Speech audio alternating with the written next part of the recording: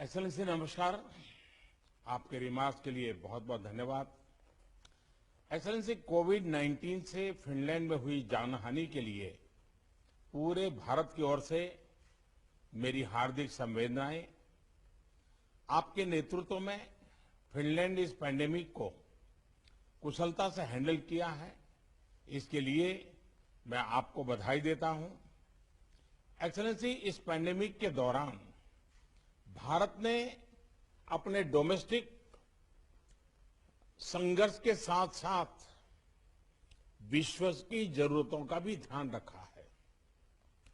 पिछले साल हमने 150 से अधिक देशों को दवाइयां और अन्य आवश्यक सामग्री भेजे थे और हाल में हमने लगभग 70 देशों को भारत में बनी वैक्सीन की 58 मिलियन से अधिक डोजेज पहुंची है।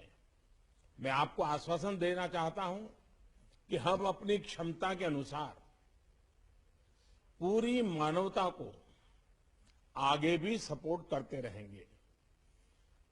एक्सेलेंसी, फिनलैंड और भारत दोनों ही एक रूल्स बेस्ड, पारदर्शी, मानवतावादी और लोकतांत्रिक वैश्विक व्यवस्था में विश्वास रखते हैं।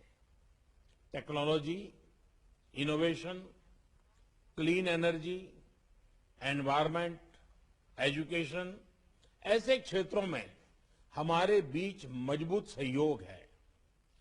पोस्ट कोविड काल में वैश्विक आर्थिक रिकवरी के लिए भी सभी सेक्टर्स बहुत महत्वपूर्ण होंगे। क्लीन एनर्जी के क्षेत्र में फिनलैंड ग्लोबल लीडर है और भारत का एक महत्वपूर्ण पार्टनर भी है।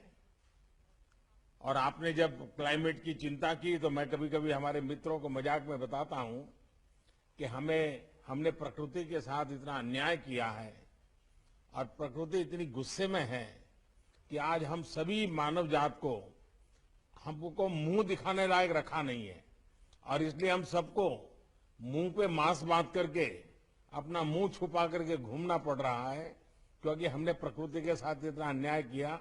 ये मैं अपने साथियों के बीच में मजाक में कभी कभी बताता रहता हूं। भारत में हमने क्लाइमेट संबंधी उद्देश्यों की प्राप्ति के लिए महत्वाकांक्षी लक्ष्य निर्धारित किए हैं।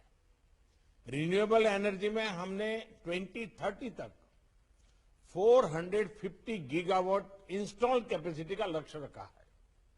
अंतर्राष्ट्रीय सहयोग बढ़ाने के लिए हमने इंटरनेशनल सोलर अलायंस और coalition for disaster resilient infrastructure जैसे इनिशिएटिव भी लिए हैं। मैं फिनलैंड को आईएसए, आईसा और सीडीआरआई में जुड़ने का आग्रह करता हूं। फिनलैंड की क्षमता और विशेषज्ञता में इन अंतर्राष्ट्रीय संस्थाओं को आपकी जो महारत है इसका लाभ मिलेगा। एक्सेलेंसी, फिनलैंड न्यू और emerging technologies, digital infrastructure, education और स्किल डेवलपमेंट के क्षेत्र में भी अग्रणी स्थान रखता है। इन सभी क्षेत्रों में हमारे बीच सहयोग की संभावनाएं हैं। मुझे प्रसन्नता है कि आज हम आईसीटी, मोबाइल टेक्नोलॉजी और डिजिटल एजुकेशन के क्षेत्र में एक नई पार्टनरशिप घोषित कर रहे हैं। हमारे शिक्षा मंत्रालय भी एक हाई लेवल डायलॉग आरंभ कर रहे हैं।